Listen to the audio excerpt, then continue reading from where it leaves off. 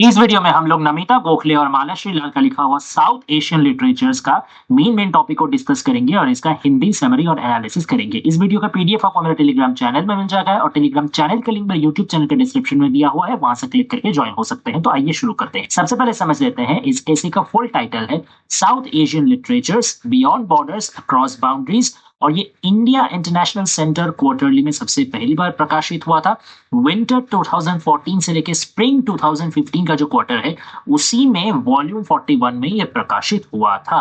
Okay, तो basically जैसे आप टाइटल से ही समझ पा रहे हैं कि यहाँ पे साउथ एशियन लिटरेचर को लेकर के बात किया जा रहा, और बियॉन्ड बॉर्डर्स अक्रॉस बाउंड्रीज इसका मतलब है कि कैसे एक दूसरे देश के बॉर्डर को पार करके, बाउंड्री को तोड़ करके लिटरेचर एक common theme, common lingual basis लेके चल रहा है। जैसे मेनली यहाँ पे इंडिया, बांग्लादेश, पाकिस्तान, नेपाल, भूटान वगैरह जितने भी साउथ एशियन मेन कंट्रीज है, उनमें जितने भी लैंग्वेज और जितने भी लिटरेचर चलते हैं सारे एक तरीके से इंटरकनेक्टेड है। क्यों? क्योंकि काफी सारे का लिंगुअल बेसिस एक है, थीम एक है, और प्लस कुछ इंटरनेशनल राइटर्स भी है जो साउथ एशियन ओरिजिन के हैं लेकिन वो इंग्लिश में लिखते हैं, उनका ग्लोबल रीडरशिप है और उनका राइटिंग के थ्रू भी ये साउथ एशियन लिटरेचर या थीम काफी ज्यादा एक्सपोजर मिला है। तो ऐसे ही डिफरेंट डिफरेंट पॉइंट्स को लेकर के डिटेल में डिस्कशन किया गया है इस ऐसे में। आइए अब बारीकी से समझते हैं वन बाय वन। सबसे पहले इंट्रोडक्शन में वो बताते हैं कि तीन चीजें या तीन पॉइंट्स जो हम लोगों को नोट करने लायक है साउथ एशियन लिटरेचर को समझने के लिए, उसका स्कोप और उसका व्याप्ति को समझने के लिए। क्या वो तीन चीजें हैं? सबसे पहला चीज है लिंग्विस्टिक इंटरडिपेंडेंस, यानी कि कैसे लैंग्वेज एक दूसरे बॉर्डर को क्रॉस करके और एक दूसरे देश के जियोग्राफिकल बाउंड्री को क्रॉस करके आपको एक कॉमन थीम तक ले जाता है। जैसे उर्दू, पंजाब, उत्तर प्रदेश, पाकिस्तान, इन तीनों जगहों पे बोला जाता है और उर्दू लिटरेचर का रीडरशिप और ऑथरशिप इन तीनों जगह में है। सिंधी, सराइकी, मुल्तानी, इन तीनों लैंग्वेज को भी इंडिया, पाकिस्तान और सिंधी डायस्पोरा जो कि पूरे वर्ल्ड में है, उन सब में रीडरशिप और ऑथरशिप को मिल जाएगा। सिमिलर तरीके से बांग्ला का आपको वेस्ट बंगाल और बांग्लादेश में मिल जाएगा। तमिल भाषा का व्याप्ति आपको तमिलनाडु और श्रीलंका में मिल जाएगा। मैथिली और नेपाली का आपको बिहार, नेपाल और पूरा इंडिया में मिल जाएगा। तो और खास करके नेपाली तो इंडिया का रिकॉग्नाइज्ड 22 ऑफिशियल लैंग्वेज में से भी एक है। तो इस तरीके से वो दिखाते हैं इस ऐसे में शुरुआत में ही कि कैसे लैंग्वेज बॉर्डर को तोड़ करके और जियोग्राफिकल लोकेशन को पार करके एक कॉमन अप्रोच बन जा रहा।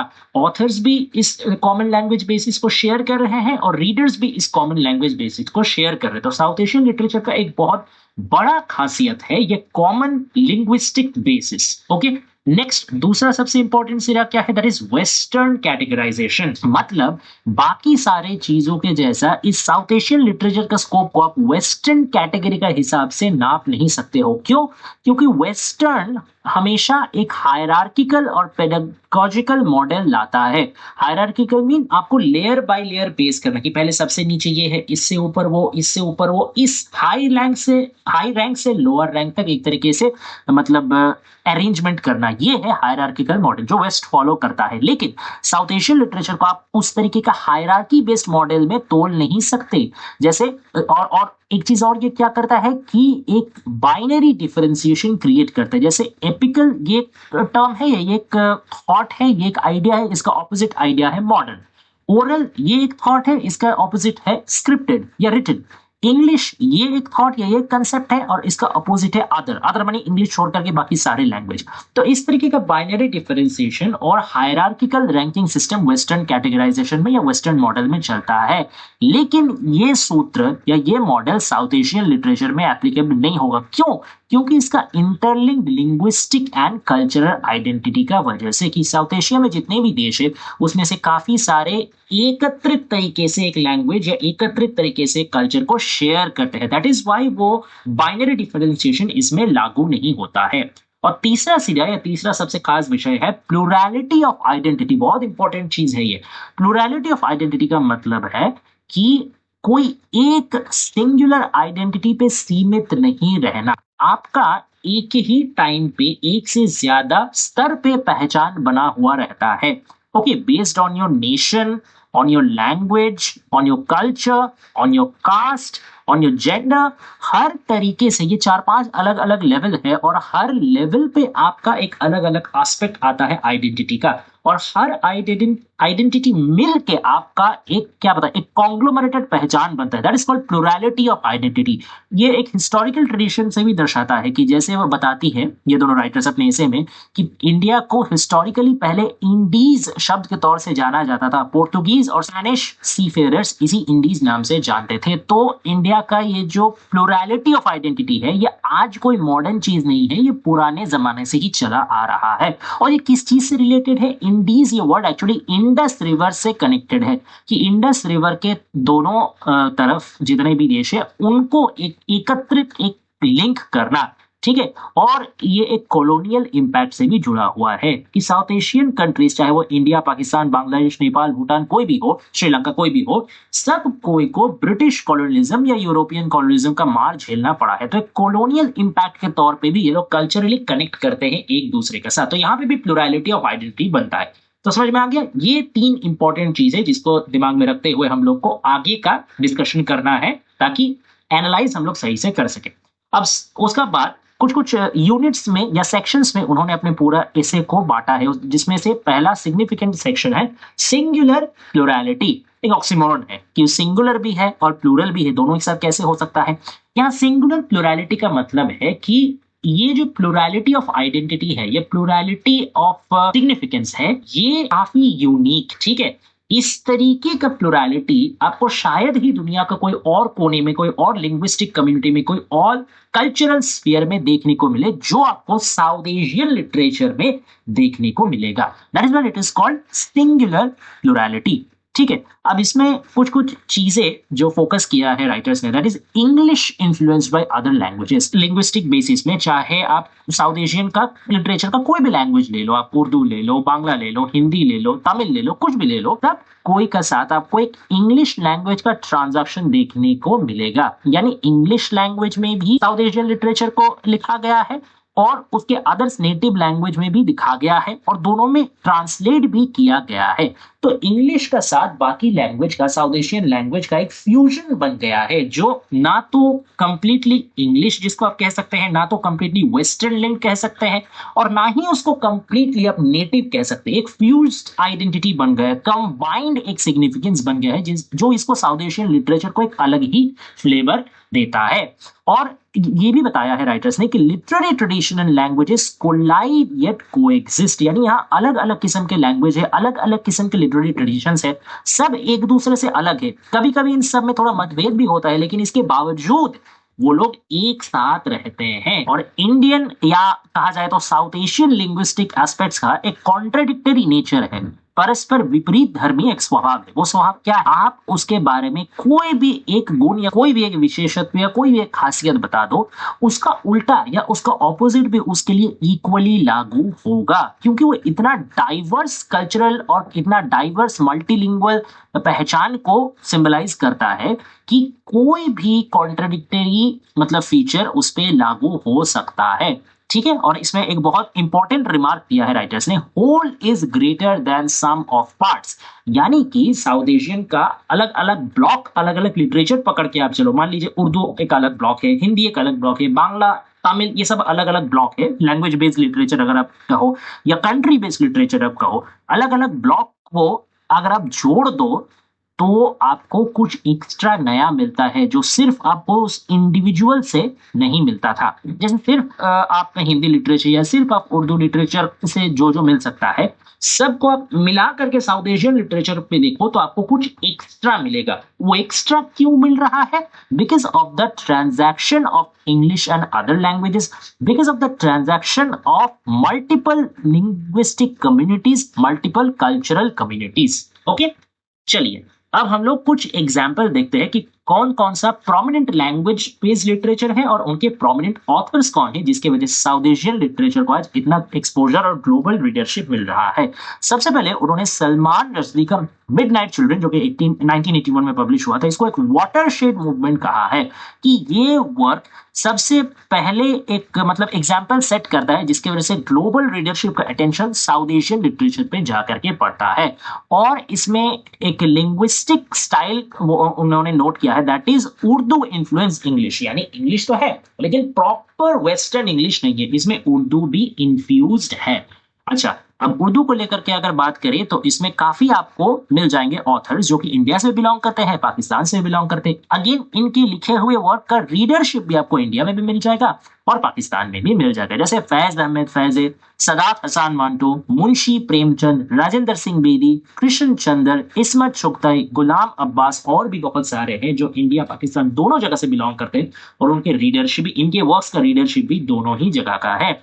और इनमें कुछ मॉडर्निस्ट राइटर्स भी आ जाते हैं जिनको क्रॉस बॉर्डर रीडरशिप हासिल हुआ है, जैसे शमशूर रहमान फारूकी, इनका लिखा हुआ कई चांद थे सारे आसमान बहुत फेमस है, कमीला शमशी, एच.एम. नकवी, जोगिंदर पॉल और भी काफी सारे हैं जो एक मॉडर्निस्ट थिंकिंग को बिलोंग करते हैं। ये हुआ कि उर्दू लैंग्वेज। अब बांग्ला लैंग्वेज की अगर बात करें तो उसमें झुम्पा लाहिड़ी, चित्रा बनर्जी दिवाकरुणी और अमित चौधरी जैसे आपको लीडिंग राइटर्स मिल जाएंगे जो ग्लोबल रीडरशिप और एक तरीके से डायस्पोरा को दर्शाते हैं।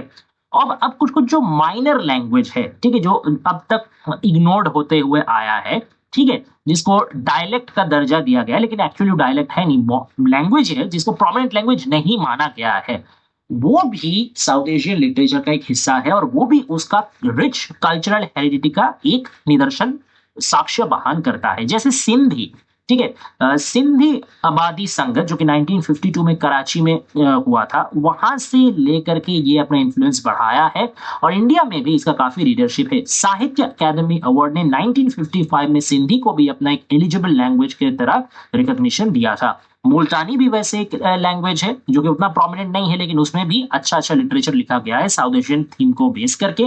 और सराइकी भी ठीक वैसा ही एक लैंग्वेज है। इसमें एक एग्जांपल भी आपको देते हैं, फोक टेल्स जो कि गाजी खान से रिलेट करके बताया जाता है, या मॉडर्निस्ट राइटर में सराइकी लैंग्वेज को मॉडर्निस्ट राइटर में इस्माइल अहमदानी भी शामिल है।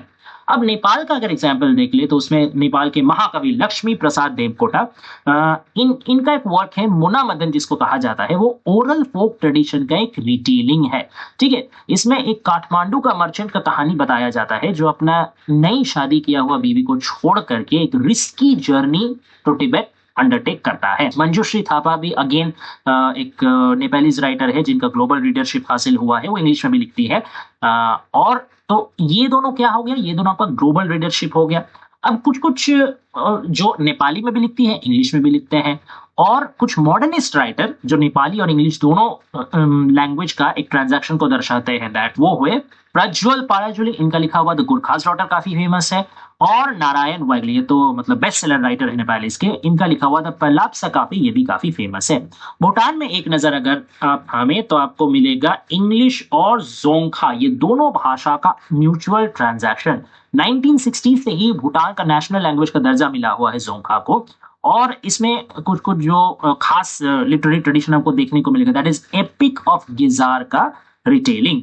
और कुनजंग शोडेन जिनको फर्स्ट वुमेन राइटर माना जाता है भूटान का, उनका लिखा हुआ द सर्कल ऑफ कर्मा 2005 में पब्लिश हुआ था, और कर्मा फोन्सो का लिखा हुआ हिस्ट्री ऑफ भूटान जो कि 2013 में पब्लिश हुआ है। ये सारा जितना मैं एग्जांपल दे रहा हूं वो इंग्लिश के साथ मतलब नेपाली, भूटानी और अदर्स लैंग्वेज का ट्रांजैक्शन और उसका मतलब कंसीक्वेंस में क्रिएट हुआ ब्यूटीफुल लिटरेचरी वर्क को दिखाता है।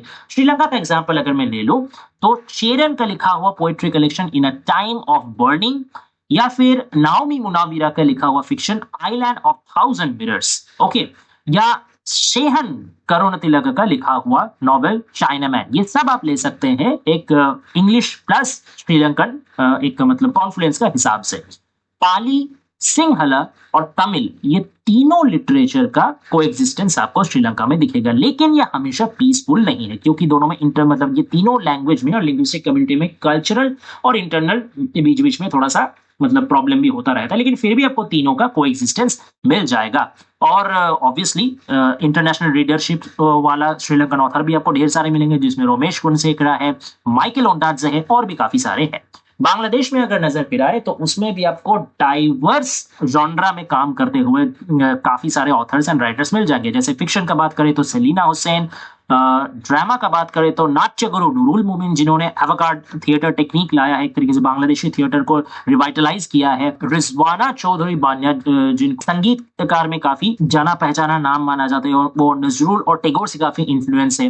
पोइट्री का जहां तक बात किया जाए तो सईद शमशुल हक, शमशूर रहमान, हुमायूं अहमद, ये कुछ कुछ प्रोमिनेंट पोएट्स में से शामिल होंगे। और ग्लोबल रीडरशिप वाले बांग्लादेशी ऑथर्स तो बिल्कुल है, जैसे तहमीमा अनम, मोनिका अली, साजिया उमर, कैसर हक। अच्छा सॉरी, ये थोड़ा स्पेलिंग मिस्टेक हो गया है, या हक हो गया EQ। सेकंड ब्लॉक जो आता है या second section, that is many languages one literature. इसका मतलब है कि अब तक तो आप देखें कि लैंग्वेज का कितना सारा वेरिएशन था, कि एक एक लैंग्वेज बाउंड्री और बॉर्डर क्रॉस करके एक से ज्यादा देश, एक से ज्यादा कल्चर में कैसे मतलब समाया जा रहा है। अब आप ये देखेंगे कि कैसे एक ही देश के अंदर ढेर सारे अलग अलग लैंग्वेज, अलग अलग कल्चर है, लेकिन उसके बावजूद भी वो एक simple core identity of literature create करने में सक्षम हुआ है। यहां वो इंडिया पे फोकस कर रहे हैं। इंडिया को राइटर्स ने बताया है अ पैराडॉक्स ऑफ पैराडॉक्सेस। क्यों ऐसा बताया है? क्योंकि ये एक कोर आइडेंटिटी और common theme of literature show करता है।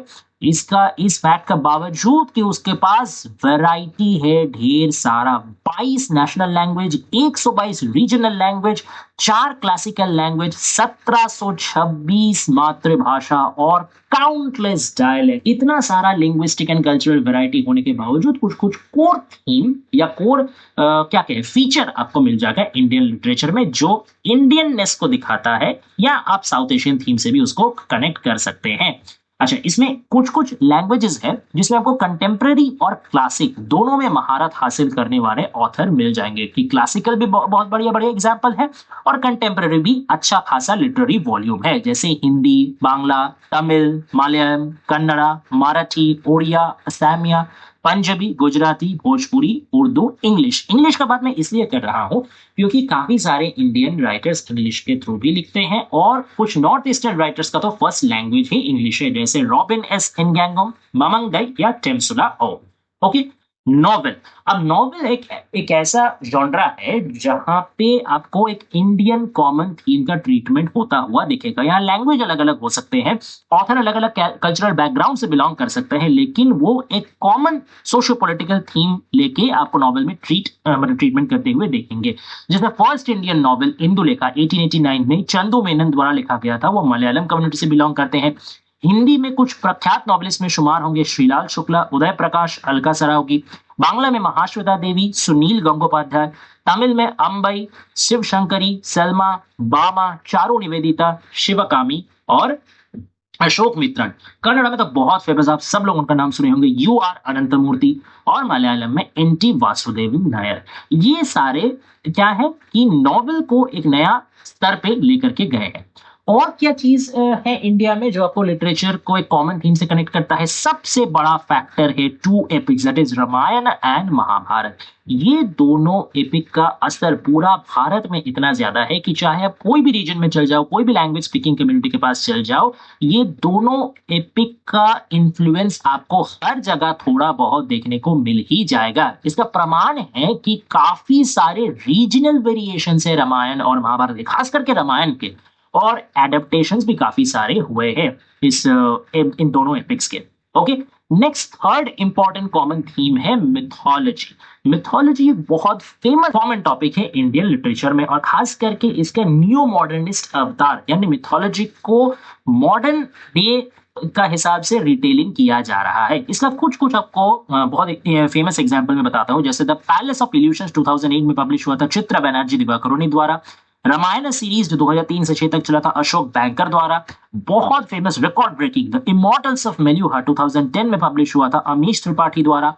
और in search of Sita revisiting mythology Gokhale और लाल, यानी यही दो राइटर जो साउथ एशियन लिटरेचर को लिख रहे हैं, इन्हीं दोनों ने एडिट किया था इन search of Sita revisiting mythology. Okay, Chanakya चांद नाम का एक नॉवेल और लिखा था अश्विन सांगी ने 2010। तो ये सारा चीज आपको दिखाता है एक common topic that is mythology, जिसमें ऑथर्स और रीडर्स दोनों इक्वल इंटरेस्ट लेते हैं।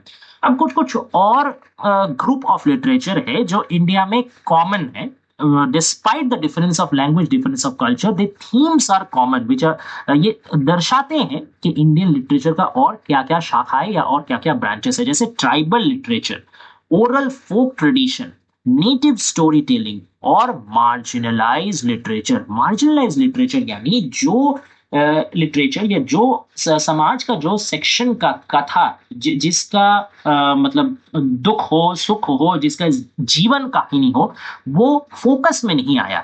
Main stream high caste society का कहानी में जिसको इग्नोर किया गया, उनको मार्जिनलाइज लिटरेचर के अंदर उनको शुमार किया जाता है। जैसे दलित लिटरेचर, ये काफी फोकस में आ रहा है आजकल। इसका काफी बढ़िया एग्जांपल है ओम प्रकाश वाल्मीकि का ऑटोबायोग्राफी जूठन। ओके, नेक्स्ट है फीमेल राइटर्स, जिनको वुमेन राइटिंग के अंदर शुमार किया जाता है। ये भी आजकल काफी ज्यादा फोकस में आ रहे हैं और एक डिस्टिंक्टिव वॉइस क्रिएट कर रहे हैं। Distinctive voice in the sense कि पैट्रियार्कल सेटअप या पैट्रियार्कल थिंकिंग या पैट्रियार्कल लिटरेचर को छोड़ करके अपने एक अलग feminine language, feminine identity create कर रहे हैं।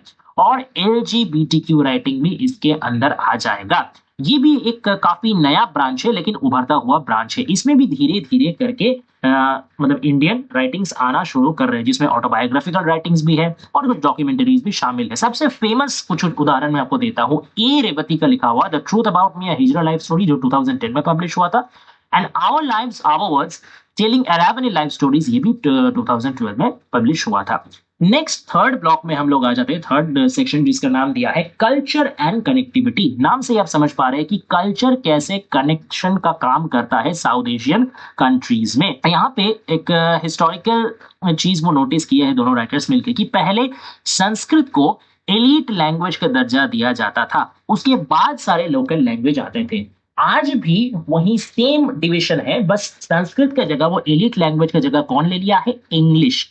इंग्लिश में जो भी राइटर्स लिखते हैं उनको सबसे बड़ा फायदा क्या होता है कि ग्लोबल रीडरशिप मिलता है और लैंग्वेज बैरियर का प्रॉब्लम उनका नहीं रहता है। जैसे मान लीजिए कि कोई अगर हिंदी में लिख रहा है तो साउथ इंडियन रीडरशिप उसको नहीं समझ पाएगा, या कोई अगर मान लीजिए तमिल या कन्नड़ में लिख रहा है तो हिंदी या बांग्ला रीडर्स उसको नहीं समझ सकेंगे। लेकिन इंग्लिश में अगर कोई लिखेगा तो इंडिया का वो हर एक रीडर जो इंग्लिश समझता है वो उसके साथ कनेक्ट कर पाएगा, प्लस आउट ऑफ इंडिया भी जितने भी इंग्लिश लोग समझते हैं सब कनेक्ट कर सकते हैं, चाहे वो दुनिया का कोई भी कोना का हो। तो ये एक बहुत फैसिलिटी मिलता है इंग्लिश राइटिंग के लिए, इसलिए इसको एलीट तकमा मिला है। हालांकि इसको लेके काफी डिबेट भी हुआ है, जिसमें तो काफी फेमस डिबेट भी था, जिसमें बालचंद्र निमाद्य के साथ सलमान रश्दी का एक बार ओपन डिबेट भी हो गया था, जिसमें मतलब इंग्लिश राइटर बेटर है या नेटिव इंडियन राइटर बेटर है, वो लेके थोड़ा हीटेड आर्ग्यूमेंट हो गया था। तो खैर, लेकिन एक चीज ये भी है कि इंग्लिश एलीट लैंग्वेज के तौर पे आत्मप्रकाश किया तो है, लेकिन अभी उसको एक काउंटर भी मिल रहा है। किसका through? Resurgence of vernacular literature, यानी जितने भी लोकल लैंग्वेज है, प्रोविंशियल लैंग्वेजेस है, जैसे हिंदी, बांग्ला, तमिल वगैरह वगैरह एक्सेट्रा, जितना भी है, सारा का मैं नाम नहीं ले रहा हूं। तो मीडिया और टेक्नोलॉजी के आने के साथ साथ यंग जनरेशन, जिसमें ऑथरशिप भी है, रीडरशिप भी है, दोनों द्वारा ये जो वर्नाकुलर लिटरेचर में इंटरेस्ट मतलब नया से बन रहा है, उसको आदमी लिख ज्यादा रहा है, पढ़ ज्यादा रहा है, तो ये वो एलिटिस्ट सुप्रीमेसी ऑफ इंग्लिश को चैलेंज कर रहा है। तो ये काफी इंटरेस्टिंग फीचर है करंट साउथ एशियन लिटरेचर का। अच्छा, ट्रांसलेशन के बारे में आते हैं तो ये एक डबल एज स्वॉर्ड जैसा काम करता है। क्यों? क्योंकि ट्रांसलेशन का एक फायदा भी है, क्योंकि इसको ब्रॉडर रीडरशिप मिलता है, जैसे मैंने थोड़ा देर पहले एक्सप्लेन किया। और इसका एक खतरा ये है कि ये डबल डिस्टेंस भी क्रिएट करता है ओरिजिनल फ्लेवर और इंटेंसिटी से। जैसे मान लीजिए कि आप एक्चुअली मराठी में लिखा हुआ कोई पोएम या कोई नॉवेल का ट्रांसलेशन कर रहे हो, अब आप उसको इंग्लिश में ट्रांसलेशन कर रहे हो, या मान लीजिए कोई और मतलब इंडियन लैंग्वेज में ट्रांसलेट कर रहे हो, तो ऑब्वियसली एक नेटिव लैंग्वेज में जो इंटेंसिटी या जो फीलिंग्स रहता है, आप हर चीज को इक्वली ट्रांसलेट नहीं कर सकते, क्योंकि कुछ कुछ मतलब एलिमेंट हर एक लैंग्वेज में होता है जो अनट्रांसलेटेबल हो सकता है। हर शब्द को, हर फीलिंग्स को, हर इमोशन को, हर स्ट्रक्चर को आप दूसरा लैंग्वेज में ट्रांसलेट नहीं कर सकते, क्योंकि अलग अलग लैंग्वेज अलग अलग कल्चर फ्रेमवर्क से आता है।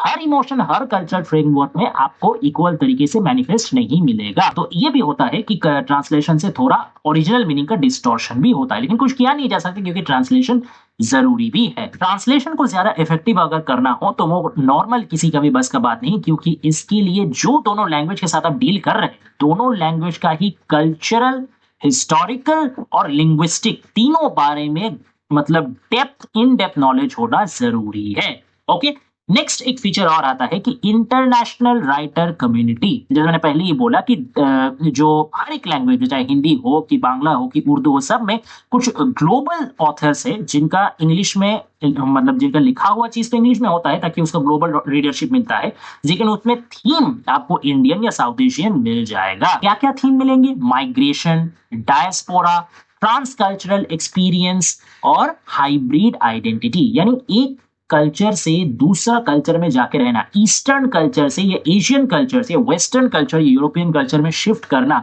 ये आपके सेल्फ को, ये आपके कैरेक्टर को, ये आपके आइडेंटिटी को कितना ट्रांसफॉर्म करता है। एक माइग्रेशन की मैं अब तक जो देश में था अब उस देश छोड़ करके जा रहा हूं, चाहे जो भी वजह से हो, पॉलिटिकल वजह से हो, एजुकेशनल वजह से हो, फाइनेंशियल वजह से हो, सोशल वजह से हो, कोई भी वजह से हो, एक देश से छोड़ के दूसरे देश में जाना सिर्फ जियोग्राफिकल आपका माइग्रेशन नहीं है, वो आपका इमोशनल और साइकोलॉजिकल माइग्रेशन भी है। तो ये माइग्रेशन आपके आइडेंटिटी में, आपके कैरेक्टरिस्टिक्स में और आपके आने वाले जनरेशन में कितना मतलब इंपैक्ट क्रिएट करता है, ये सारा चीज हम लोगों को पता चलता है इस इंटरनेशनल कम्युनिटी के राइटिंग में से। ठीक है, जिनमें कुछ बहुत फेमस नाम है, अरुंधति रॉय, अमिताभ घोष, विक्रम सेठ, किरण देसाई और भी काफी सारे हैं। और एक चीज जिसको आप बिल्कुल भी इग्नोर नहीं कर सकते और जिसका एक बहुत बड़ा कंट्रीब्यूशन है साउथ एशियन लिटरेचर का इंप्रूवमेंट में, that is 1.67 billion south Asian readership. इतना ज्यादा संख्या में साउथ एशियन रीडर का उभरते हुए आना और उनका साउथ एशियन लिटरेचर में इंटरेस्ट क्रिएट करना, ये भी बहुत बड़ा बात है। देखिए, प्रिंट टेक्नोलॉजी का इवोल्यूशन और सोशल मीडिया या डिजिटल प्रिंट मतलब डिजिटल लिटरेचर का आगमन, ये सब चीज भी काफी आसान कर दिया है ऑथर से रीडर का कनेक्शन होना। और अब तक जो सिर्फ इंग्लिश रीडर था या वेस्टर्न रीडर था, उसको हटा करके अब आपके पास अपना नेटिव रीडर भी आ गए हैं, साउथ एशियन रीडर आ गए हैं। तो अब साउथ एशियन लिटरेचर को अपना एक ऑल्टरनेटिव फ्रेमवर्क मिल गया है, उसको अपना जजमेंट करने के लिए, इंप्रूवमेंट करने के लिए, क्रिटिसिज्म करने के लिए अपना नेटिव फ्रेमवर्क मिल चुका है। अब उसको और बायस्ड वेस्टर्न व्यू पॉइंट के ऊपर डिपेंड करके रहने का कोई दरकार नहीं है। ठीक है, लास्ट सेक्शन में हम लोग आते हैं, that is upstairs, downstairs, inside, outside. ये बेसिकली एक क्या कह सकते हैं, कन्फेशनलिस्ट एक्सप्रेशन कह सकते हैं, जिसमें दोनों राइटर्स ने नोट डाउन किया है दो फेमस राइटर को रेफरेंस करके, एक ए के रामानुजन और एक यू आर अनंतमूर्ति। इन दोनों के लाइफ्स और राइटिंग्स और कोटेशन को रेफर करके राइटर्स ने ये दिखाने का कोशिश किया है कि हर एक इंडियन का जिंदगी, मतलब दिन प्रतिदिन का जिंदगी में भी कैसे मल्टीलिंगुअल कॉम्प्लेक्स आइडेंटिटी रहता है, लेकिन उसको वो समझ नहीं सकता, उसका एक्टिव अवेयरनेस उसको नहीं है।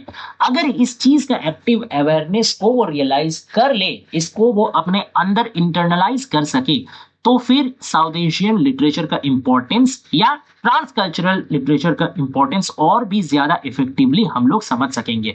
उदाहरण वो ये देता है कि यू आर अनंतमूर्ति का एक मतलब कोटेशन में उन्होंने बोला था कि हर कोई इंडियन के पास 3 लैंग्वेज होता है, एक है होम लैंग्वेज, एक है स्ट्रीट लैंग्वेज और एक है अपस्टेयर्स लैंग्वेज। तो यू आर अनंतमूर्ति का अपना ये तीनों वर्जन क्या था, उनका होम लैंग्वेज कन्नड़ था, स्ट्रीट लैंग्वेज इंग्लिश था और अपस्टेयर्स लैंग्वेज संस्कृत था। होम लैंग्वेज यानी आपका मदर टंग, आपका नेटिव लैंग्वेज, जिसमें आप सबसे ज्यादा कंफर्टेबल हो, जिसमें आप सबसे ज्यादा सहजात। स्ट्रीट लैंग्वेज यानी आपका कम्युनिकेशन लैंग्वेज, कि आप बाहरी दुनिया से कैसे कनेक्ट करते हो। ठीक है, यहाँ street is a metaphor for connecting with outside world, external world, आप बाहरी दुनिया से किस लिहाज से कनेक्ट कर रहे हो, वो एक लैंग्वेज। और अपस्टेयर्स लैंग्वेज यानी ये आप अपना थोड़ा जो सोफिस्टिकेटेड अगर रेम का बात करें, इंटेलेक्चुअल रेम का बात करें या थोड़ा क्रिटिकल रेम का बात करें, तो उसमें आप कौन सा लैंग्वेज का इस्तेमाल करते हो। तो हर कोई इंडियन जो इंडियन बाय बर्थ है या साउथ एशियन बाय बर्थ है, उसका कल्चरल डायमेंशन इतना ज्यादा कॉम्प्लेक्स और इतना ज्यादा वैरायटी से भरपूर है कि ऑटोमेटिकली उसको 2 या 3 लैंग्वेज तो आता ही है, जिससे वो डे टू डे लाइफ में ट्रांजैक्शन करते हैं कि उसका मदर टंग, एक उसका कम्युनिकेशन लैंग्वेज और एक कोई स्पिरिचुअल लैंग्वेज या रिलीजियस लैंग्वेज। ठीक है, तो इतना सारा लैंग्वेज और कल्चर का एक्सपोजर पाना ये भी कोई ब्लेसिंग से कम नहीं, और ये हर एक इंडियन को या हर एक साउथ एशियन को बाय बर्थ मिला हुआ है, लेकिन इसका अवेयरनेस उनको नहीं है। ए के रामानुजन इसी चीज को क्यूरियस परवर्सिटी का नाम दिए हैं। उन्होंने कहा है कि मैं क्यूरियस परवर्सिटी का साथ, यानी एक उत्सुकता जो क्रॉस कल्चरल या क्रॉस लिंग्विस्टिक स्फीयर में समाया हुआ है, एक लैंग्वेज से ज्यादा, एक कल्चर से ज्यादा मैं सहजात हूं, मैं कंफर्टेबल हूं और सब में मेरा क्यूरियोसिटी है। इसमें वो 4 लैंग्वेज की बात की है, कन्नड़, तमिल, इंग्लिश और संस्कृत। संस्कृत या दूसरा इंडियन लैंग्वेज। जैसे उन्होंने कहा है कि मैं कन्नड़ एरिया में जाकर के तमिल को बहुत सहजात तरीके से पढ़ता हूँ, तमिल लिटरेचर को, तमिल एरिया में जाकर के कन्नड़ लिटरेचर को पढ़ता हूँ, इंडिया में रह करके मैं इंग्लिश पढ़ता हूँ और पढ़ाता हूँ, और इंडिया के बाहर यूएस में जाकर के मैं इंडिया के बारे में पढ़ाता हूँ और इंडियन लैंग्वेज के बारे में पढ़ाता हूँ।